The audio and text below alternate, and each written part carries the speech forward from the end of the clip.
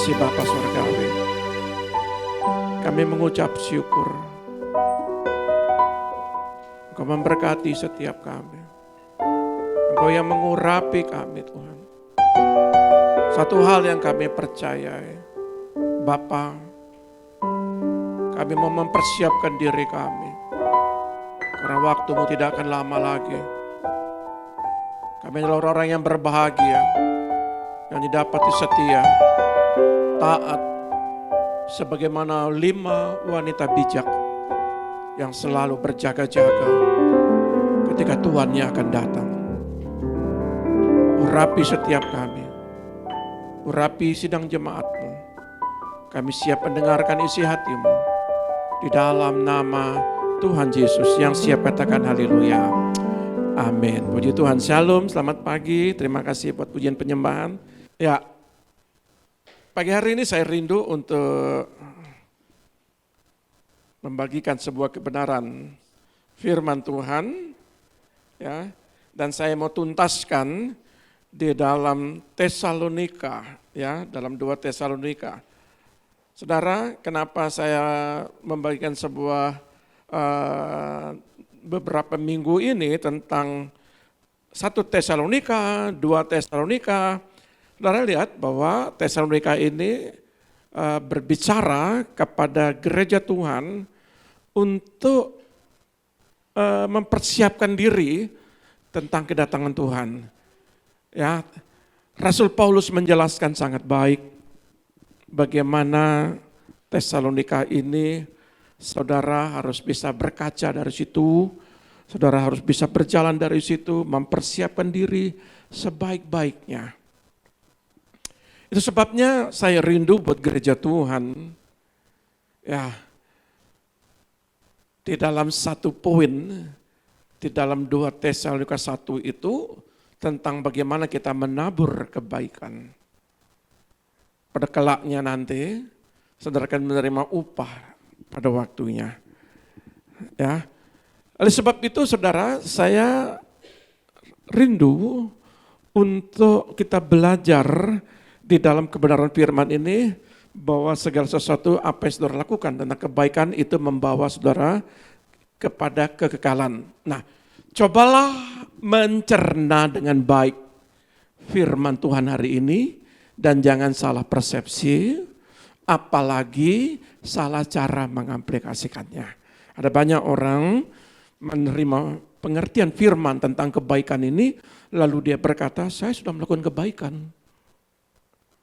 Tetapi saudara lihat, bagaimana pengertian kebaikan itu menurut Rasul Paulus di dalam 2 Tesalonika ini. Ya, supaya saudara juga memahami bahwa kebaikan itu bukan seperti orang-orang yang kebanyakan memberi makan, menolong, sudah cukup kebaikan itu. Tidak sedangkal itu kita mempraktekkan kebaikan. Maka Rasul Paulus menjelaskan dalam konteks kebaikan ini apa yang saudara harus lakukan. Ya. Oleh sebab itu, pertama adalah bagaimana umat Tuhan yang teruji pada masa-masa sukar, apakah dia tetap mampu menunjukkan buah roh atau kebaikan dalam perjalanan hidupnya. Salah satu kebaikannya ada di dalam 9 buah roh. Ya, dalam Galatia 5 di situ disebutkan ya, kebaikan. Nah, di dalam saya mengutip di mana Rasul Paulus juga menjelaskan di dalam Galatia itu, tetapi di sini juga diulang, dikutip kembali. Nah, di dalam Galatia 5, bagaimana buah roh itu, cara mengaplikasikannya, bagus sekali dalam 2 Tesalonika ini. Maka saya mau sampaikan begini, di tengah penganiayaan, pencobaan, kita juga harus menunjukkan ketabahan, tekad, kekuatan iman kepada Tuhan. Nah, apakah tekad saudara, ketabahan saudara, kekuatan iman saudara, mampu saudara mengaplikasikan kebaikan itu? Ada banyak orang sulit mengaplikasikan kebaikan pada saat dia mengalami masa sukar. ketika dia mengalami kesulitan kehidupan, mengamplikasikan kebaikan itu, saya saja mengalami kesulitan. Bagaimana saya memberikan kebaikan, menolong orang lain. Sedangkan untuk saya saja, saya butuh. Keluarga saya pun juga punya persoalan. Bagaimana saya mau bisa menolong orang lain. Nah, Saudara lihat, kebaikan lebih ditunjukkan dan dibagikan dalam keadaan terburuk daripada keadaan yang paling nyaman. Kalau orang lagi dalam diberkati, orang dalam keadaan nyaman, orang dalam kesuksesan, maka dia mengamplikasikan kebaikan itu lebih mudah. Lebih mudah dia melakukan. Tetapi sulit bagi mereka ketika mereka dalam kesukaran mengamplikasikan kebaikan itu. Sebab itu Rasul Paulus ingin mengajarkan kepada kita baik tidak baik keadaannya, ya, baik tidak baik keadaannya, maka saudara harus bisa mengamplikasikan kebaikan itu. Saya teringat waktu kebaikan yang diilustrasikan kepada seorang Samaria. Di situ dia menolong orang Yahudi, ketika orang Yahudi tidak ada satupun yang mengamplikasikan kebaikan.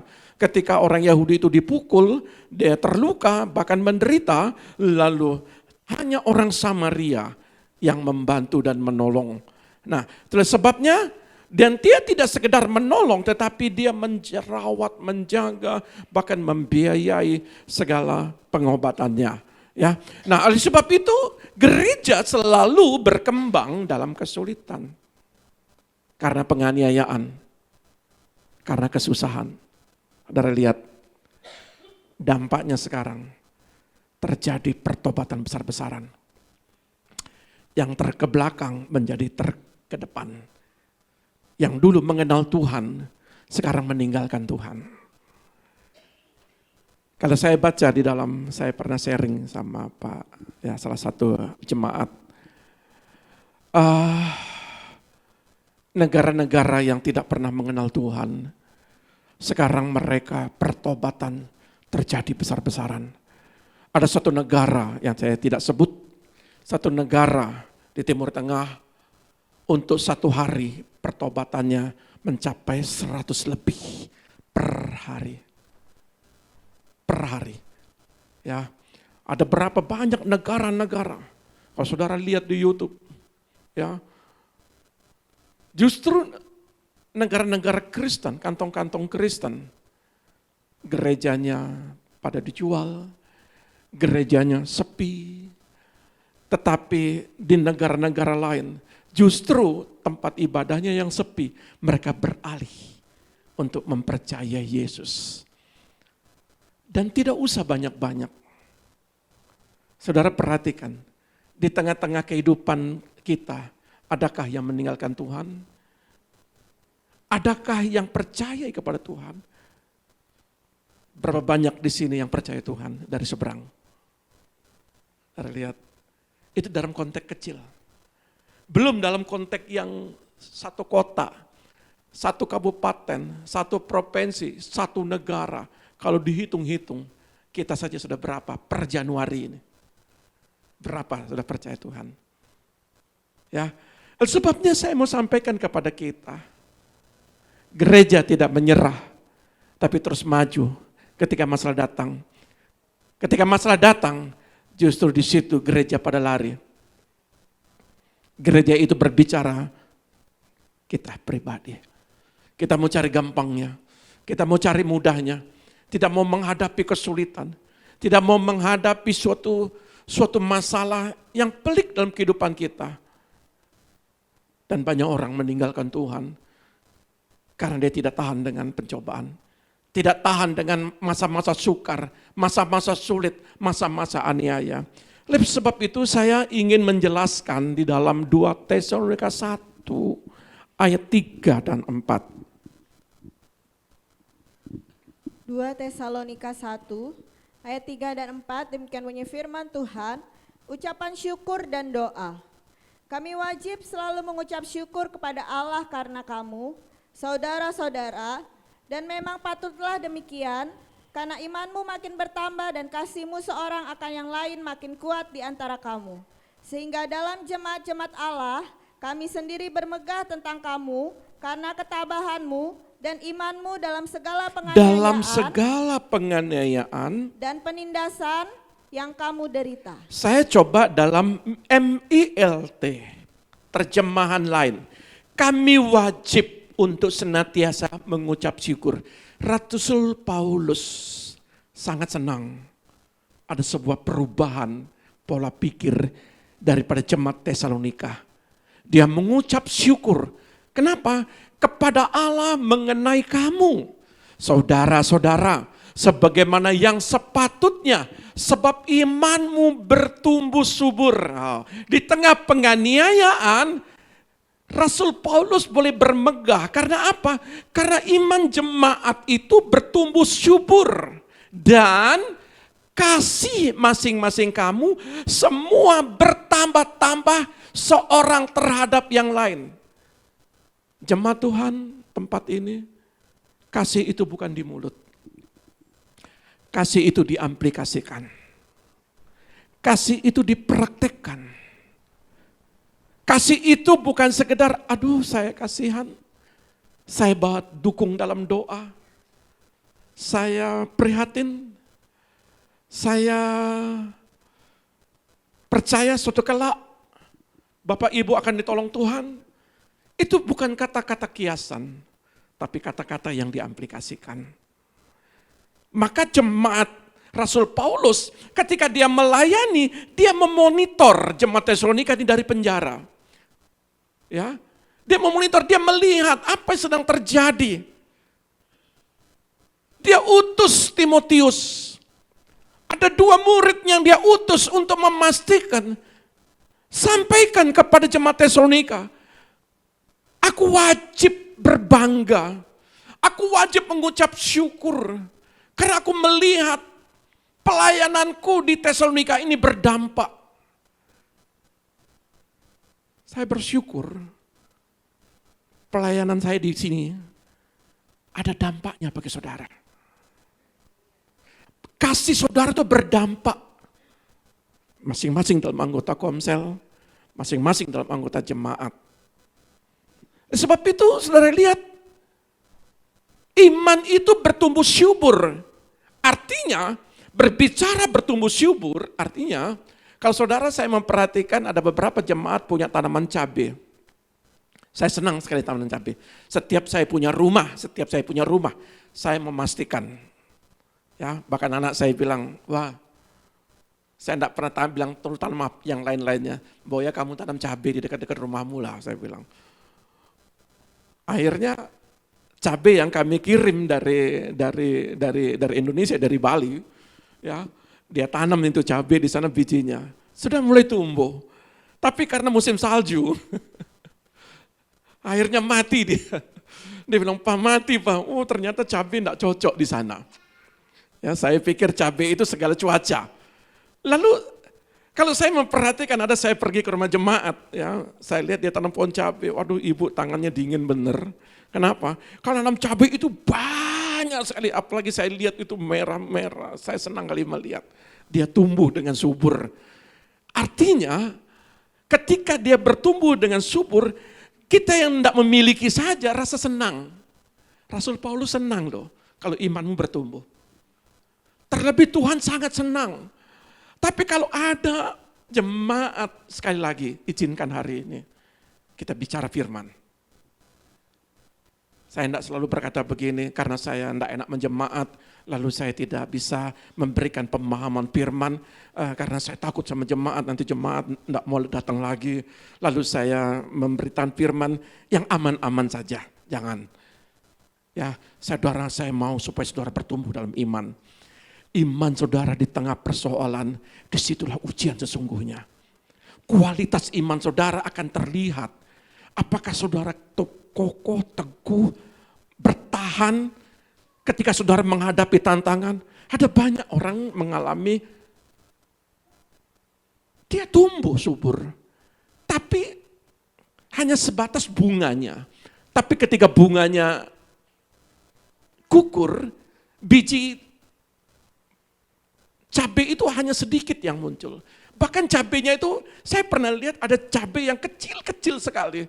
Saya bilang padahal yang saya tanamkan dulu, saya pernah tanam, itu kan bibitnya itu besar-besar sebegini. Kenapa kok bisa kecil? Lalu saya teringat, saya gemburkan. Saya gemburkan tanahnya, saya suburkan, rumput-rumput saya singkirkan. Yang membuat cabai itu tidak bertumbuh dengan baik karena di situ ada batu, karena di situ ada rumput. Dia memakan, dia mengambil sari-sari makanan. Makanya kekerasan hati, tidak mau mengampuni, kecewa, itu suatu alat iman tidak bertumbuh. Iman tidak akan pernah bertumbuh kalau di situ ada batu, pasir, bahkan di situ ada rumput kering, ada rumput yang ingin memakan sari-sari makanan. Oleh sebab itu saya katakan, berbahagialah saudara ketika mengalami pencobaan, karena disitulah kualitas imanmu terjadi, teruji. Ya, katakan kiri kananmu, imanku akan tumbuh kalau ada masalah dalam hidupku. Tidak bisa ngomong kan? Karena memang itu sulit. Ya, karena itu sulit memang. Ya. Nah, saudara lihat ayat keempat bilang begini. Maka dari itu kami sendiri bermegah di antara kamu dalam gereja-gereja Allah. Jadi jemaat Tesalonika secara korporat akan menjadi kesaksian. Keluargamu secara korporat menjadi kesaksian. Imanmu bertumbuh akan menjadi kesaksian bagi jemaat-jemaat Tesalonika, bagi jemaat-jemaat ada di Yehuda ini. Ada banyak orang tidak menjadi kesaksian. Justru di situ masalah demi masalah yang didengar adalah mereka luntur di dalam iman, mereka goyah di dalam iman. Maka di sini dikatakan berbahagialah, bermegahlah atas ketabahanmu, atas imanmu, semua penganiayaan, semua kesukaran yang sedang kamu tanggung. Apa yang kita alami hari ini? Ayo mari kita cek dalam diri kita. Kesukaran apa yang kita alami? Apa kesukaran kita? Biaya kontrak kah? Biaya sekolah kah? Biaya makan dan minum kah? Omset yang tidak naik kah? Biaya apa lagi? Masalah apa? Kesukaran. Belum bicara aniaya ya. Ini kesukaran. Kalau aniaya itu di Suriah. Saya pernah ngomong sama jemaat di Suriah. Di Suriah. Berapa ribu orang mati? Suku Alwi dan orang-orang Kristen mengalami aniaya, ribuan mati. Belum bicara aniaya, baru bicara kesukaran. Tapi ketika kita mengalami kesukaran dalam ekonomi kita, di situ iman kita mulai goyah. Di situ terukur seberapa jauh dalamnya, tingginya kadar imanmu. Di situ terukur. Bahkan mereka marah sama Tuhan. Bukan marah sama diri sendiri. Tidak marah sama diri sendiri, marah sama gereja, marah sama Tuhan. Sampai hari ini mana jawabannya? Haleluya. Nah, oleh sebab itu saudara lihat, di dalam 2 Tesalonika ini juga dijelaskan Paulus. Ketika dia mengucap syukur karena iman jemaat Tesalonika bertumbuh semakin kuat, bukannya semakin berkurang, dan kasih mereka satu sama lain semakin bertambah, bukannya melemah ketika tekanan hidup datang. Rasul Paulus mendengar, kalau zaman sekarang video call, lihatlah lagi ngapain bisa kita lihat. Kalau zaman dulu kirim surat, dapat berita saja. Rasul Paulus, mereka dalam aniaya, tapi mereka tetap saling berbagi. Mereka saling menolong, saling membantu. Wah, Rasul Paulus dengar dari Timotius saja rasa senang sekali. Coba lihat. Tapi sekarang, borok-borok mau nelpon anak, borok-borok mau nelpon istri, nelpon suami, nelpon saudara. Pulsa habis. Saudara hitung-hitungan paket. Zaman dulu gitu kirim surat itu berapa hari untuk mendengar berita Tesalonika ini. Makanya kata bermegah itu enggak dipandang sepele. Kata bermegah bagi Rasul Paulus itu memiliki makna. Itu suatu sangat sukacita, sangat luar biasa. Tapi ketika saudara mendengar diberkati, senangnya minta ampun. Kalau anak diberkati, senangnya minta ampun. Tapi ketika anak mengalami depresi, mengalami kesulitan, ya, disitulah saudara. Kalau sudah lihat kesulitan itu gara-gara kepala jemaat ya. Jemaat Tuhan diberkati ke hari ini? Jangan malu-malu. Kalau bilang diberkati, diberkati. Kalau bilang enggak, nanti kita doakan. Ya, oleh sebab itu saudara lihat, yang paling pertama saya ingin bagikan ya dari semua penjelasan pasal 3 dan 4, kenapa sih Rasul Paulus ini bermegah? Kenapa sih Rasul Paulus ini mengucap syukur? Dia bangga kepada jemaat-jemaat Tesalonika ini. Pertama, karena di balik penderitaan, di situ ada kebahagiaan. Ayo kita baca ayat 5, pelan-pelan. Ayat 5, suatu bukti tentang adilnya penghakiman Ingat, Allah. Ada keadilan bagi Allah. Yang menyatakan bahwa kamu layak menjadi warga kerajaan Allah. Saudara adalah warga kerajaan Allah. Kamu yang sekarang menderita karena kerajaan itu. Apapun penderitaanmu hari ini karena engkau percaya kepada iman kepada Yesus. Sebab memang adil bagi Allah. Ingat, Allah itu adil. Untuk membalaskan penindasan kepada mereka yang menindas kamu. Saudara lihat, jangan pernah marah kalau saudara dirugikan orang lain.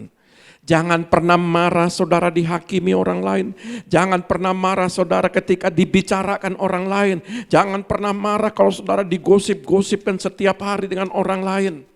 Jangan pernah marah. Karena di sini dikatakan, dan untuk memberi kelegaan kepada kamu yang Tuhan ditindas, akan berikan kelegaan kepada kamu. dan juga kepada kami. Ya, Pada waktu Tuhan Yesus dari dalam sorga menyatakan dirinya bersama-sama dengan malaikat-malaikatnya dalam kuasanya di dalam api yang menyala-nyala. saya mau jelaskan dalam terjemahan saudara Indonesia bilang begini.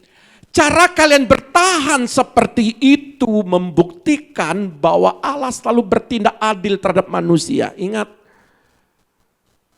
jangan pernah kau kecewa kepada Tuhan. Jangan sekali-sekali kau pernah menyalahkan Tuhan. Jangan pernah kau sekali-sekali menyalahkan doa. Doa orang benar besar kuasanya. Sekecil apapun dia berdoa, saudara yakini, saudara imani, saudara percayai bahwa doa itu berkuasa. Tetapi banyak orang dia menuntut lebih. Ketika dia tuntut itu tidak menjadi jawaban, lalu dia menyalahkan komunitas. Dia menyalahkan gereja, dia menyalahkan hamba-hamba Allah, dia menyalahkan orang-orang terdekatnya. Dia melihat karena kamu mengambil sebuah keputusan, dampaknya terjadi sampai 2 tahun, sampai 5 tahun ke depan. Kita harus menanggungnya. Setiap kesalahan yang engkau lakukan, belajar di situ, belajar dari kesalahanmu dan jangan ulang lagi. Dan banyak orang mengulang kesalahan-kesalahan. Mereka sudah keluar dari persoalan, dia buat lagi. Makanya Alkitab berkata begini, ya. Ketika saudara mengalami segala sesuatu bukan oleh karena kesalahanmu sendiri, tetapi ketika orang lain merugikanmu, ingat Allah itu adil. Jangan pernah membalas kalau kau ditipu orang. Jangan pernah kau mengambil apa yang menjadi milik orang. Allah itu adil. Makanya ini saya paling ngeri kalau ayat ini. Paling saya takutkan, Allah itu Allah yang adil. Ketika saudara mengambil yang bukan milik saudara, dia adil. Makanya seringkali, justru ketika kita mengambil apa yang bukan menjadi milik kita, kita kehilangan justru lebih besar daripada apa yang terhilang. Coba pegang. Ya. Coba. Saya berkali-kali. Selalu hal-hal kecil. Saya tidak mau. Hal-hal kecil itu merugikan diri saya. Berapa kali. Ketika orang makan, saya kemarin sama ibunya, jujur aja, saya ngambil itu. Bukan masalah besar dan kecilnya. Pada waktu kami makan, apa sih? Apa kemarin makan?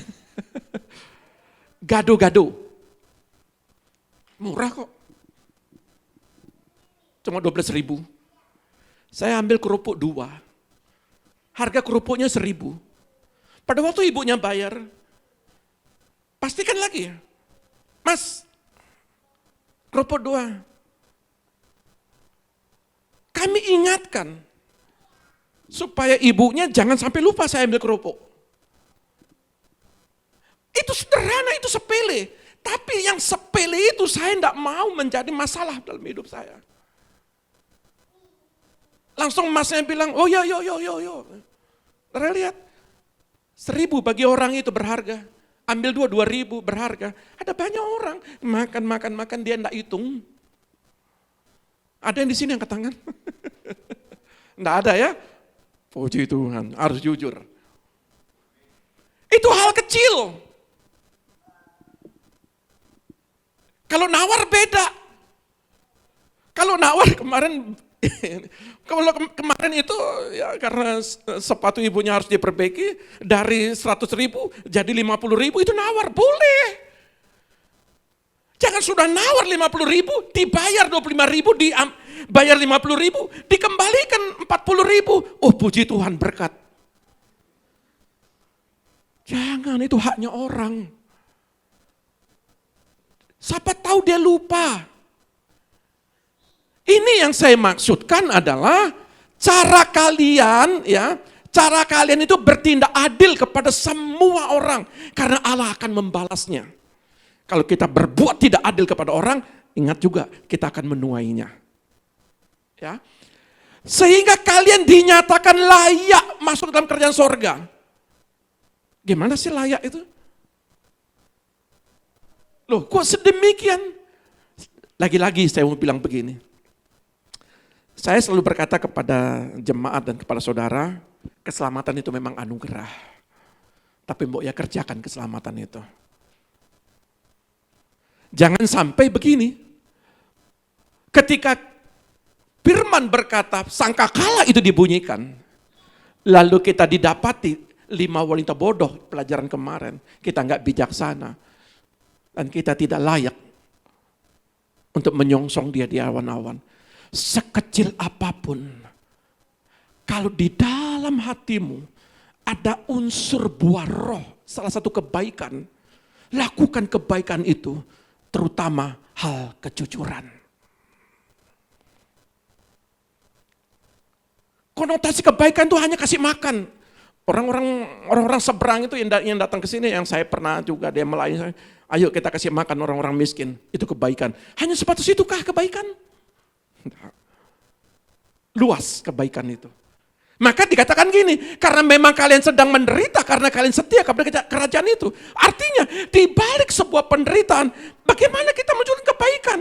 Nanti saya jelaskan tentang kebaikan itu, apa sih kebaikan itu? Menurut standar Alkitabiah. Lalu di ayat ke-6 dikatakan, pada waktu Allah memberikan hukuman berat kepada mereka yang membuat kalian menderita sekarang, dia juga akan melakukannya dengan adil. Ingat, orang-orang yang menganiayamu, orang-orang yang menghakimimu, orang-orang yang mengambil apa yang menjadi milikmu, Allah adil, dia akan membalaskan. Ketika saudara sabar, ketika saudara tidak mengalami suatu degradasi kepercayaan iman saudara oleh sebuah tekanan hidup, saudara tetap yakin dan percaya, dia Allah adil yang akan terus memberikan upah bagi saudara. Di dalam kekristenan tidak pernah mengajarkan, memang Alkitab berkata hidup kita diberkati, tapi Alkitab juga berkata pikulah salib. supaya berimbang. Gereja tidak hanya mengajarkan teori kemakmuran. Hidupku diberkati, aku diberkati. Puji Tuhan tadi pujiannya. Aku dilimpahi. Benar itu firman, benar itu pujian. Tapi dalam konteks ini, kalau saudara nggak diberkati, berarti Tuhan tidak baik. Jangan sampai begitu pemikiran kita. Oleh sebab itu ayat 7-nya bilang begini, pada waktu itu dia akan memberikan perasaan lega kepada kalian yang sedang menderita. Coba ayat 7-nya dan terjemahan barunya. Dan untuk memberikan kelegaan kepada kamu yang ditindas, dan juga kepada kami, pada waktu Tuhan Yesus dari dalam sorga menyatakan dirinya bersama-sama dengan malaikat-malaikatnya, dalam kuasanya di dalam api yang bernyala-nyala. Dari lihat, kenapa dalam 1 bulan ini saya mengajarkan tentang kedatangan Tuhan? Karena ada beberapa saya dikirim oleh ibunya dalam WA. Ya saya menghormati aja lah. Saya tidak mau menjatuhkan hamba Allah. Ada yang berkata 2030 Tuhan datang. Sudah monggo silahkan. Kalau saya bilang sakarap ngomong. Tapi kita sudah ngajar kemarin. Sebelum Tuhan Yesus datang harus ada murtad dulu. Kita sudah jelaskan kemarin. Bahkan ada seorang ibu-ibu, saya dikirim kemarin sama ibunya. Masa anugerah ini 3 tahun mulai dari sekarang. Jadi ini masa-masa saudara mempersiapkan diri. Sudahlah, saya juga anggap positif lah khotbah-khotbah itu. Kalau memang itu benar ya puji Tuhan. Ya. Jadi masa-masa ini adalah masa-masa sulit. Apa buktinya? Ingat, saya berkali-kali ngomong Matius 24. Ini tahun bersamaan. Bencana alam, angin, saudara lihat. Bagaimana keadaan cuaca sekarang. Tiba-tiba bisa terjadi seperti ini. Nanti hari Minggu depan, itu saya belajar dari Pak Wayan 20 knot. Anginnya lebih parah dari ini. Sampai 21, 22. Berarti badainya. Saudara lihat, gempa, kelaparan, aniaya, perang. Sekarang semua mempersiapkan diri untuk perang.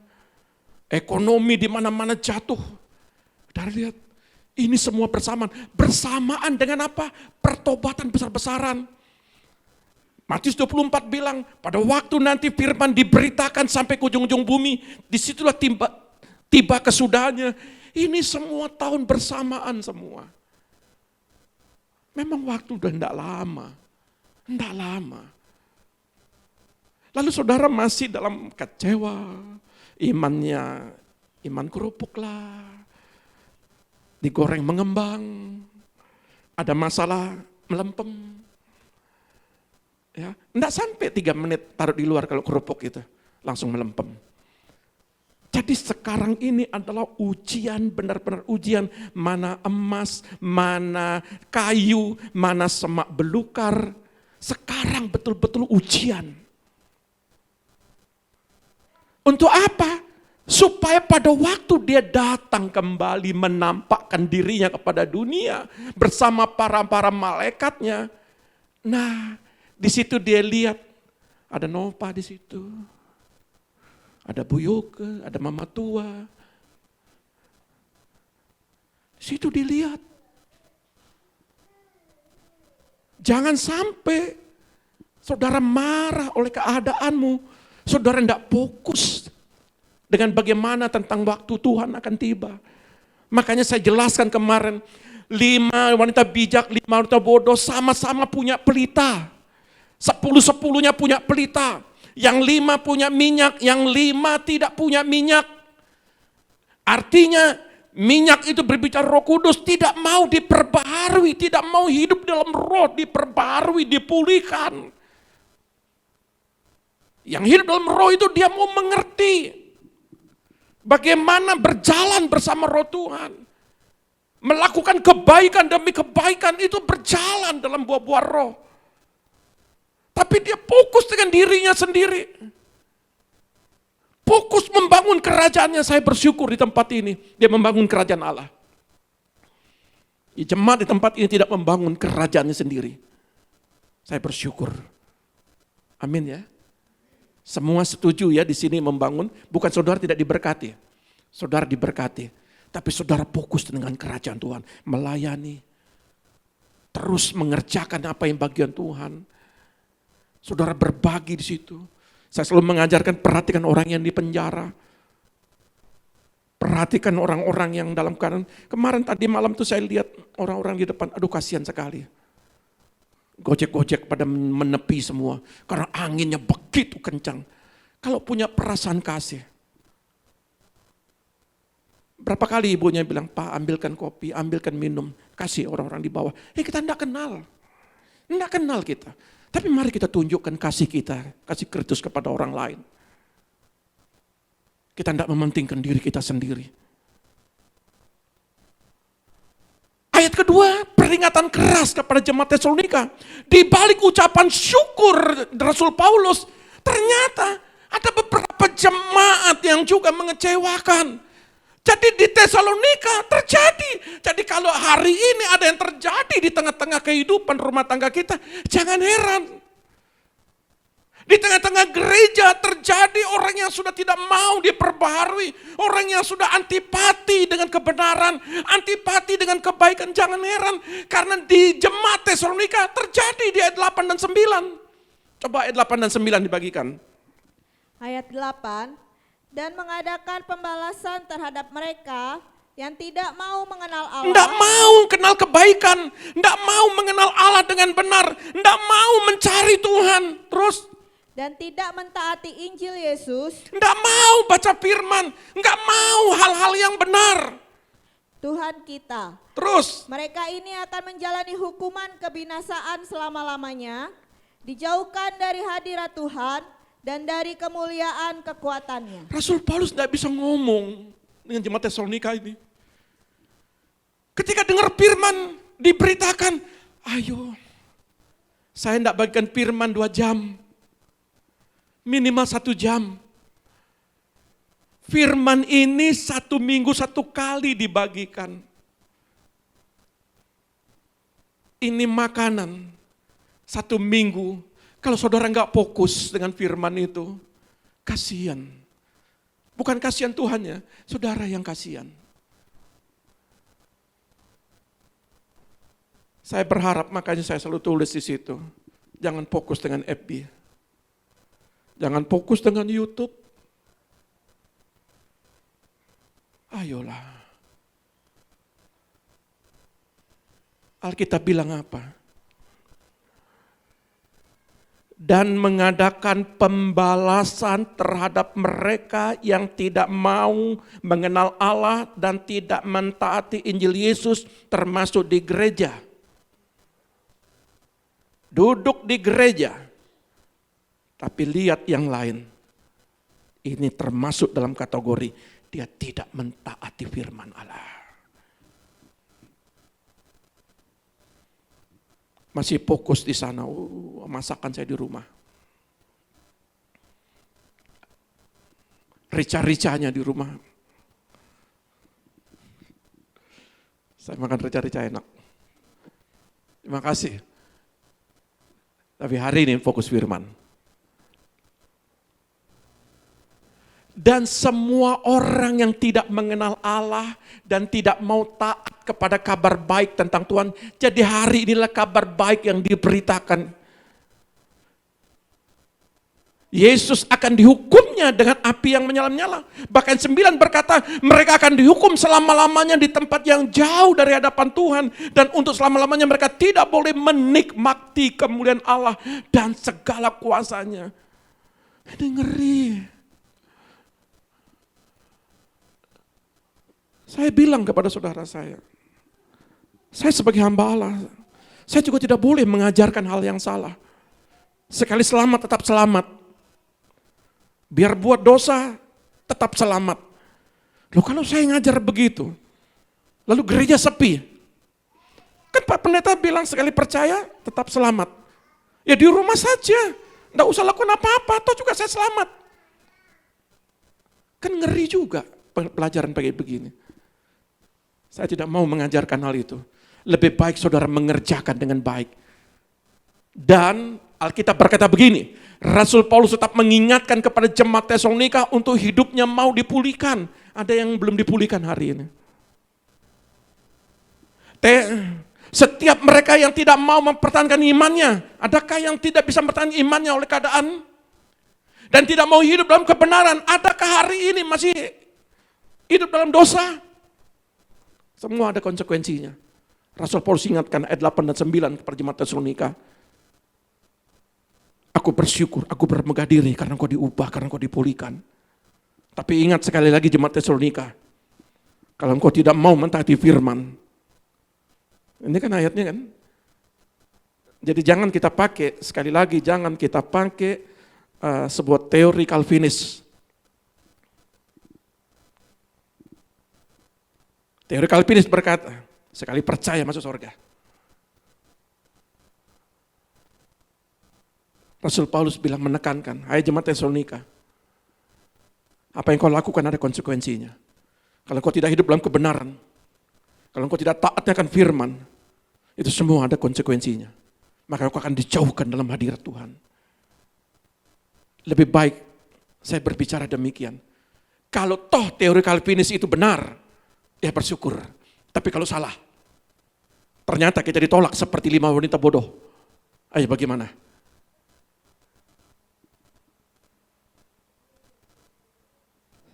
Saya kasih teori sama-sama saudara saya. Berkali-kali saya kasih teori. Kalau saya pergi ke rumah Sel saya mau ke rumahmu Sel. Ternyata hujan, oh enggak jadi. Ya besok saya ulang lagi. Besok saya ulang lagi, nanti saya kunjungi kamu. Kalau saudara enggak naik kelas, tahun depan ulang lagi.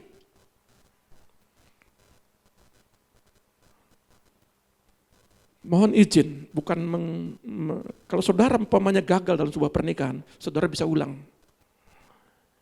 Yang tidak bisa saudara ulang adalah ketika saudara mati. Saudara nggak bisa turun lagi. Tuhan, turunkan dulu saya ke bumi Tuhan. Itu kemarin saya salah. Teori itu salah Tuhan. Ternyata saya harus kerjakan keselamatan. Nggak bisa. Nggak bisa kau ulang.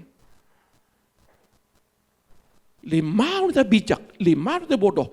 Ketika sangkakala dibunyikan, song-songlah tuannya datang. Maka itu mutlak. Saudara tidak bisa ulang lagi. Jadi segala sesuatu, kematian tidak bisa diulang. Mumpung saudara masih hidup, perbaiki. Enak kan? Mumpung masih hidup. Ada dia berkata gitu, ini masuk surga, ini maksudnya. Loh kok bisa tahu? Ya pada waktu terakhir kemarin, dia doa apa? Doa Bapa kami. Ya puji Tuhan lah, kalau doa Bapa kami pada saat itu kau langsung masuk surga. Walaupun melakukan dosa, saya dalam tahap tidak menghakimi, tapi mbok ya, paling baik, paling bijaksana, tata hidupmu. Kalaupun kau dipanggil Tuhan, ada doa Bapa kami, bersyukur kau masih ingat doa Bapa kami. Ya, jadi semua segala sesuatu. Lalu ketiga, jaminan bagi mereka yang percaya dan melakukan kehendaknya. Ayat 10, nah ini dia. Setiap semua yang melakukan apa kehendak Tuhan. Ayat 10 bilang apa? Ayat 10, apabila ia datang pada hari itu, untuk dimuliakan di antara orang-orang kudusnya, dan untuk dikagumi oleh semua orang yang percaya, sebab kesaksian yang kami bawa kepadamu telah kamu percayai. Dari lihat, hukuman itu akan terjadi ketika Tuhan Yesus datang kembali kepada mereka yang tidak taat. Tapi bagi mereka yang percaya, disucikan, percaya kepadanya, akan merasa kagum dan memuliakan Dia karena kuasanya. Tentu kalian juga akan ikut menyambut kedatangannya karena kalian percaya akan kesaksian yang kami sampaikan. Jadi saudara akan datang untuk menyambut Dia pada sangkakala berbunyi. Saudara kagum, Tuhan, praise the Lord.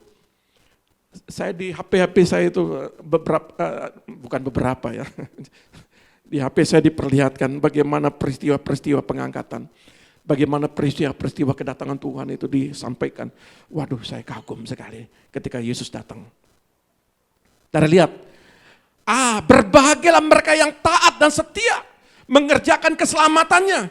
Keselamatan itu anugerah. Titus 3 ayat 5 bilang, keselamatan itu, coba lihat apa bacaannya? Titus 3 ayat 5, pada waktu itu Dia telah menyelamatkan kita, bukan karena perbuatan baik yang telah kita lakukan, tetapi karena rahmat-Nya oleh permandian kelahiran kembali dan oleh pembaharuan yang dikerjakan oleh Roh Kudus. Keselamatan itu bukan perbuatan baik semata-mata. Tapi keselamatan itu adalah anugerah dari Tuhan. Betul itu ayat. Tetapi saya mau sampaikan begini, Tuhan mau supaya kita juga mengerjakan keselamatan itu setiap hari, bukan berdiam diri. Kerjakan keselamatan itu. Ya. Terus di poin keempat, ayat 11 dan 12. Ayat 11 dari 2 Tesalonika 1. Karena itu kami senantiasa berdoa juga untuk kamu, supaya Allah kita menganggap kamu layak bagi panggilannya, dan dengan kekuatannya menyempurnakan kehendakmu untuk berbuat baik, dan menyempurnakan segala pekerjaan imanmu. Sehingga nama Yesus Tuhan kita dimuliakan di dalam kamu, dan kamu di dalam Dia, menurut kasih karunia Allah kita dan Tuhan Yesus Kristus. Nah, saudara lihat ayat 11 ini, oleh karena itu kami selalu mendoakan kalian. Dan kami memohon kepada Allah untuk menolong kalian supaya hidup dengan cara yang pantas bagi orang yang sudah dipanggilnya. Dan kami berdoa supaya melalui kuasa Allah, Dia akan memampukan kalian untuk menyelesaikan semua hal yang baik ingin kalian lakukan. Khususnya hal-hal yang baik sesuai dengan kita yang percaya kepada Yesus. Jadi perbuatan baik itu saudara juga harus lakukan. Walaupun perbuatan baik bukan menjadi syarat mutlak untuk saudara diselamatkan. Tapi perbuatan baik saudara juga harus melakukannya. Perbuatan baik yang Allah kehendaki, pertama, buah dari pekerjaan kasih dan tindakan nyata kasih. Jadi perbuatan baik adalah buah dari pekerjaan kasih dan tindakan nyata kasih. Aplikasikan kasih itu kepada semua orang. Amin. Kalau saudara memiliki kasih, tentu saudara akan berdoa buat orang lain. Saudara akan berdoa buat anak-anak saudara. Saudara akan berdoa buat orang-orang di sekitar saudara. Yang kedua adalah buah dari pertobatan dan hidup dalam kebenaran. Artinya perbuatan baik. Bukan saudara kasih memberi makan dan minum kepada orang. Tetapi perbuatan baik adalah hidup di dalam kebenaran. Itu perbuatan baik. Perbuatan baik yang ketiga adalah, saudara lihat, memaafkan orang yang melakukan kesalahan kepada diri kita tanpa harus membalasnya. Itu perbuatan baik. Bisa lakukan itu? Bisa lakukan. Memaafkan orang yang melakukan kesalahan kepada diri kita tanpa harus membalasnya. Bahkan yang keempat, ini lebih penting. Melayani Tuhan tidak dengan persungutan, melakukannya dengan segenap hati. Nanti di Komsel, ini praktekkan ini. Melayani Tuhan tidak dengan persungutan, melakukannya dengan segenap hati. Jadi kalau di dalam hati saudara melakukan perbuatan baik, maka jangan tunggu hati saudara itu damai, sukacita, nggak ada masalah, baru melayani. Ada orang tunggu dulu hatinya tenang baru melayani. Kalau nggak tenang, kalau nggak damai sejahtera, bagaimana saya mau melayani? Berarti level saudara adalah level yang terganggu imannya. Halo, Jemaat Tuhan, para pelayan-pelayan Tuhan, saudara harus bisa bedakan mana untuk menjadi kemuliaan bagi nama Tuhan di tengah persoalan saudara, mana persoalan kehidupan saudara, saudara harus bisa bedakan. Perubahan yang nyata dalam setiap perkataan, berkatalah jujur dalam hal sekecil apapun, tindakan dan perkataan harus sinkron. Setiap tindakan saudara harus sinkron dengan perkataan saudara. Maka saya mau tutup.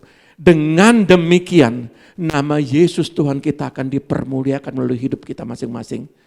Dan karena kalian bersatu dengan Dia, maka kalian juga akan dihormati sesuai dengan kebaikan hati Allah, Bapa dan Tuhan kita, Kristus Yesus. Ketika saudara melakukan perbuatan baik tanpa syarat, maka saudara akan dihormati. Saudara akan dihargai, enggak usah cari penghormatan, enggak usah cari penghargaan. Tapi ketika saudara melakukan perbuatan baik itu, sekalipun orang tidak melihat perbuatan baik itu, perbuatan baik saudara kepada orang lain, maka orang lain akan melihat, maka Tuhan akan melihat saudara. Setiap saudara melakukan perbuatan baik, maka upah saudara suatu kelak nanti, mahkota akan disediakan. Makanya saya lihat ini, bagaimana mahkota disediakan. Salah satu dari 9 karunia, buah-buah roh, satu perbuatan baik itu dibagikan kepada saudara. Saudara peduli kepada orang-orang menderita. Saudara peduli dengan orang-orang yang dalam kesulitan. Saudara peduli dengan menghibur, menguatkan, melayani, membangun hubungan, membangun relasi, menguatkan orang kepada orang-orang yang dalam kesulitan. Walaupun saudara punya kesulitan. Maka upahmu akan besar. Jangan hanya tunggu khotbah di mimbar. Khotbah di mimbar ini hanya sebagian kecil. Tetapi pelayanan itu bukan sekedar hanya khotbah di mimbar. Tapi ketika saudara melayani sebagai asar, ketika saudara melayani sebagai pendoa, ketika saudara melayani sebagai pembawa persembahan, jangan anggap kecil pembawa persembahan itu. Sekecil apapun kau melayani, di tempat ini diberikan waktu yang luas. Intinya kau melayani, maka upahmu itu besar. Meskipun saya khotbah, saudara duduk di situ sebagai pendoa, upah kita sama. Amin. Tuhan Yesus memberkati kita.